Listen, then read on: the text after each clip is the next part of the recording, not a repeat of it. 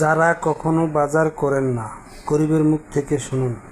ছুটির দিনে রাজধানীর কারওয়ান বাজার ঘুরে দেখা যায় গত সপ্তাহে কেজিতে 25 থেকে 30 টাকা বৃদ্ধির পরও এ সপ্তাহে প্রায় সব সবজিতেই যোগ হয়েছে আরও 10 থেকে 20 টাকা। কাঁচামরিচ বিক্রি হচ্ছে 320 থেকে 400 টাকায়, টমেটো 250 থেকে 280 টাকা।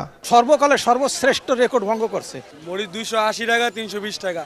মরিচের দাম বাড়ার কারণ হলো আমদানি কম। সরবরাহ সংকটের দোহাই দিয়ে মাছ বাজারে কেজিতে 100 টাকা দাম বাড়িয়ে দিয়েছেন বিক্রেতারা। ইলিশ যেন প্রতিদিনই ছাড়িয়ে যাচ্ছে আগের দিনের দাম। পূজার মৌসুমে কেজি ওজনের এক হালি ইলিশের দাম পড়ছে 8,000 টাকা। নিত্যপণ্যের দাম নিয়ে অন্তর্বর্তী সরকারের উপর মানুষের ক্ষোভ বাড়ছে। তাদের প্রশ্ন, ব্রয়লার মুরগি 220 টাকা হলে স্থির আয়ের মানুষ খাবে কিভাবে? ডিম, সবজি সবকিছুরই দাম বাড়তি। জন্যই তো এই সরকারে খেতাইলাম, তার লাভ হলো। জনগণের চিন্তা কেউ করেন, আপনারা এগুলো একটু প্রচার করেন দয়া করে। বাজারে আসা মানুষের এই প্রতিক্রিয়া অন্তর্বর্তীকালীন সরকারকে নিয়ে। দ্রব্যমূল্য অসহনীয় পর্যায়ে থাকায় মানুষ হতাশ আর চালের কেজি হলো 60 টাকা ভাই, চালের কেজি হলো 60 টাকা, গরুর মাংস হলো 800 টাকা কেজি। আমরা তো সপ্তাহে একদিন মাংস খাইতে পারি না স্যার।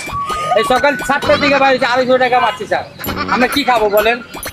গরু মাংস আপনি খেতে পারেন না, আমি নিজেই তো কোরবানি পাড়ার গরু মাংস। আরে মাছ আলু 50 টাকা কিনে খাচ্ছেন না, 100 টাকায় পাবেন না। দেশে তো চোরে বেরিয়ে গেছে। কারণ কি? চোরের একমাত্র কারণই হচ্ছে কোরআনবিহীন লোক। আর কোরআনবিহীন লোক কোনো মানুষই না, আল্লাহ বলছেন পশুর সমানে, পশুর দ্বারা। এখন বাজার করতে পারে না, কেন পারে না? জিনিসের দাম দিন যায়, আর জিনিস বাড়ে। জর্ডান উপদেষ্টা ডক্টর ইউনূসকে আমি বলতে চাই যে আপনি যা দেখতেছেন, আমি 15 বছর চালাইছি, পদ্মা সেতু করছি, মেট্রো রেল করছি, বঙ্গবন্ধু ট্যালেন্ট করছি, রূপপুর পারমাণবিক বিদ্যুৎ কেন্দ্র করছি। এত এত উন্নয়ন 15 বছর আমি করলাম, কোন সরকার করতে পারে কিনা দেখাও। আমি 5 বছর ছাইড়া দিলাম, আমি বুক ফুলে ছাইড়া দিলাম। দেখি তুমি করো 5 বছরে, তাহলে তো ভোটার স্বতঃস্ফূর্ত যে নৌকায় একটা ভোট দেওয়া দরকার, ও যা 5টা দিব।